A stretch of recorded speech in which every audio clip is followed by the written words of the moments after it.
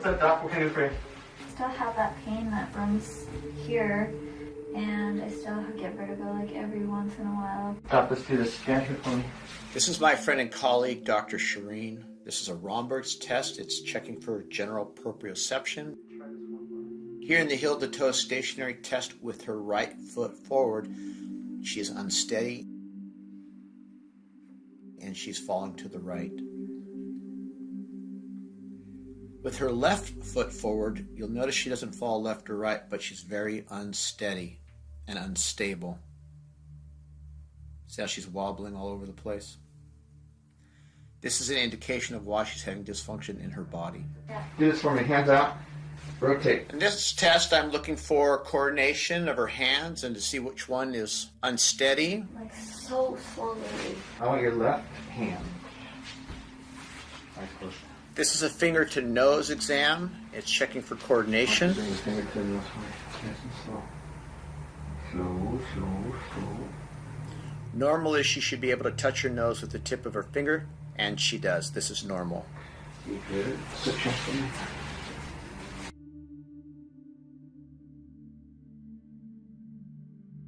Once again, same thing on the right side here.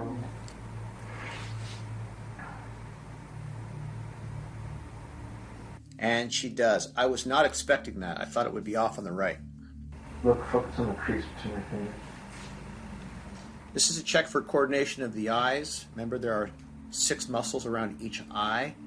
And the tracking ability of eyes is an indication of brain function, which... So you're coming to me today because of pain in the left hip. Just general, like, uncoordination.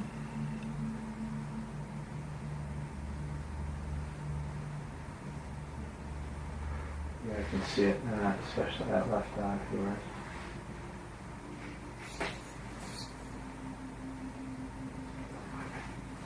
Up on your back, face up.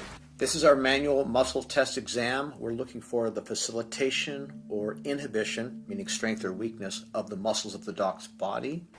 From the top, Doc, you ready? Push up. Up. What's wrong with me? Go!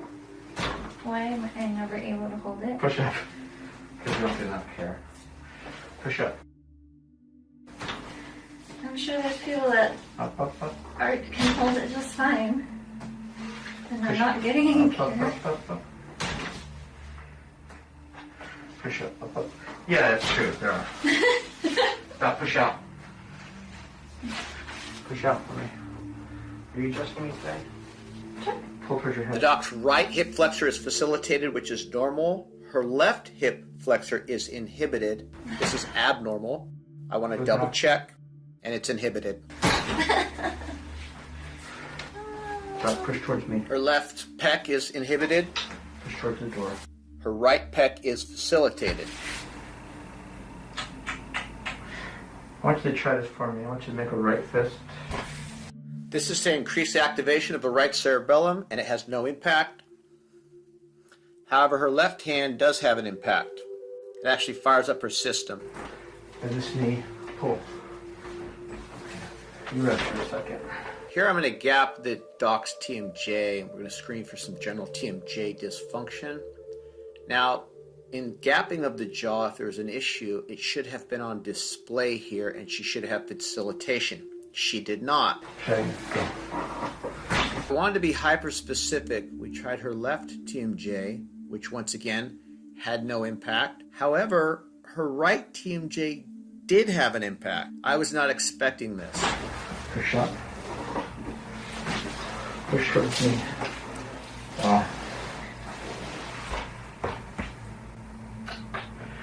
You're strong, Doc. Show me for a loop today. Why? Well, you're falling to the right, which is indicating some type of right-sided issue. Then your right hand was off initially, and you're having problems up and to the right. All right-sided issues.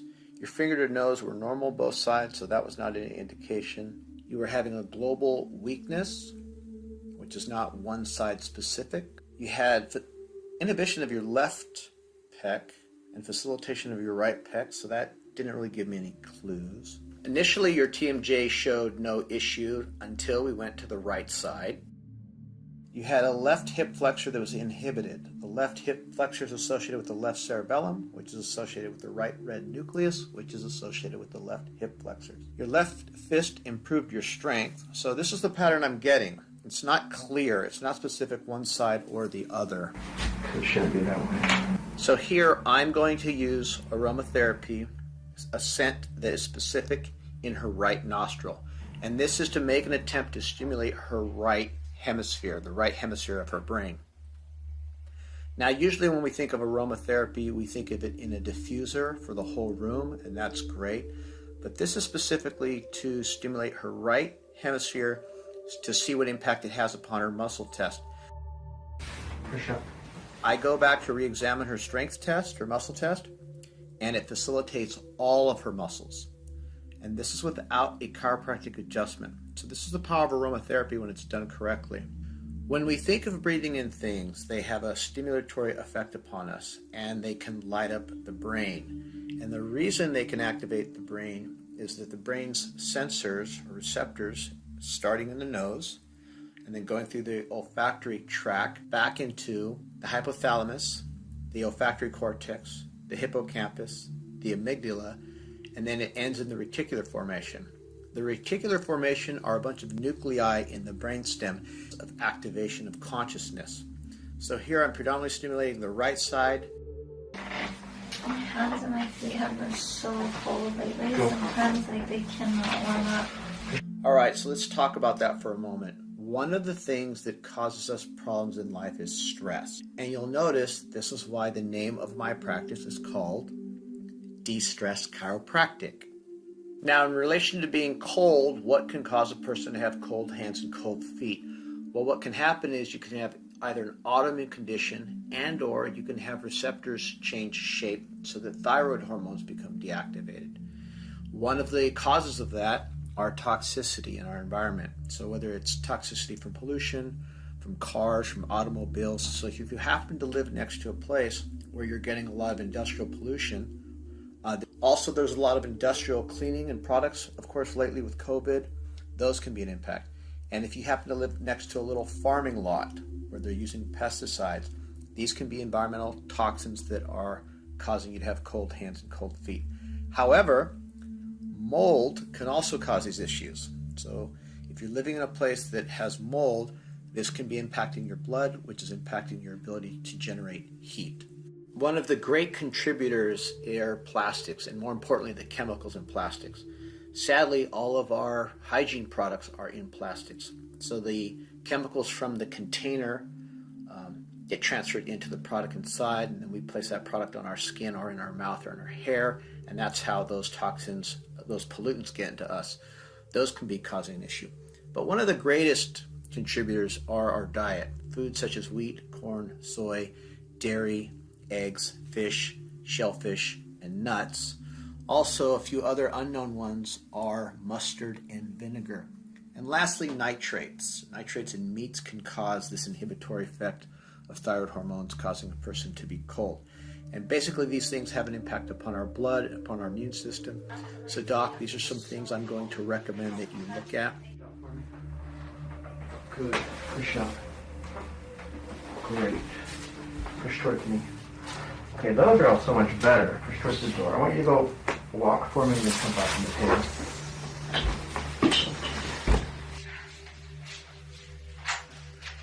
So after her aromatherapy treatment, I feel stronger. she feels stronger. So this is a good sign. Something she needs to continue on her own. Want to go back and recheck a basic muscle to see if there's any inhibition. There is not. This is a good sign. And I want to treat the doc's left side of her body for left cerebellar input.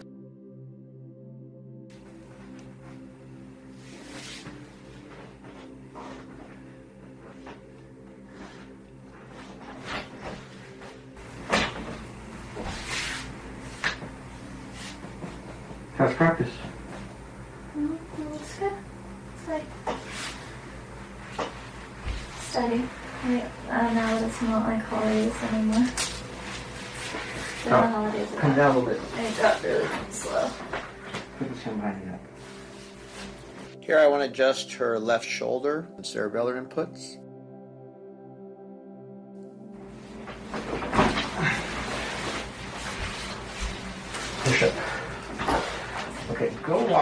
again. And then we're going to recheck the balance. Tap the foot, start over there again for me. Heel the toe. Let's see how you do. I want to go back and recheck the doc's balance. She gets off a little too of a shaky start, but overall it's improved.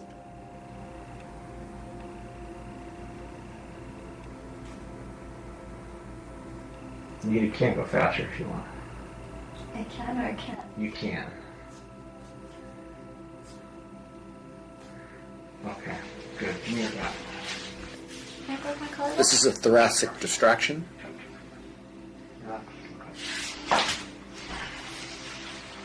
Why don't you try that test one more time? Heel to toe test. I think that was what I needed. Because I feel it right here. Doc also looks more alert at this point. And it's like a... To release and you can breathe. Heel the toe. However, her balance is a little off after that adjustment. So we need to correct a few other things. Well, it doesn't mean you don't have other things out. Right. Oh man, I really needed that. Alright, Doc, good job. Right foot forward for me. Eyes closed. Now remember, initially she was falling to the right on this test. Now she's falling to the left. Switch feet.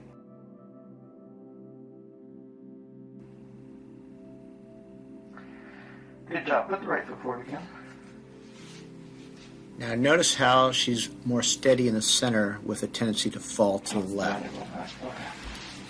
Nice shot. Bring this heel to your back. Don't let me straighten your leg. Try again. Go. Don't let me pull. You are trying, right? Now here what I'm doing is I'm challenging her sacrum in one direction and seeing if it's strengthening her hamstrings, and it does not in either direction. So I make a decision to try her L5, and that facilitates her hamstrings. That's the area I'll be adjusting.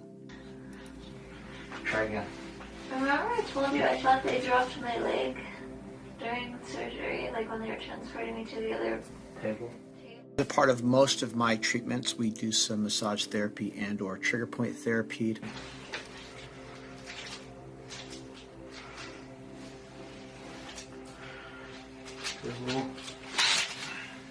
One of the questions that I'm asked often is, what style do I use? And the style is basic chiropractic with some chiropractic neurology and muscle testing. What really matters is the amplitude and velocity as it changes for the patient. That was good. The amount I'm putting into Monty there, or Faye here, or into Carol here, is going to be different based on the patient and their ability to handle particular adjustments. The doc I need to be cautious with because her system is fragile. Doc, push up. Go. Wonderful. I love that. What does the thing on the foot do? Luckily, I have another video posted demonstrating the flexor withdrawal reflex.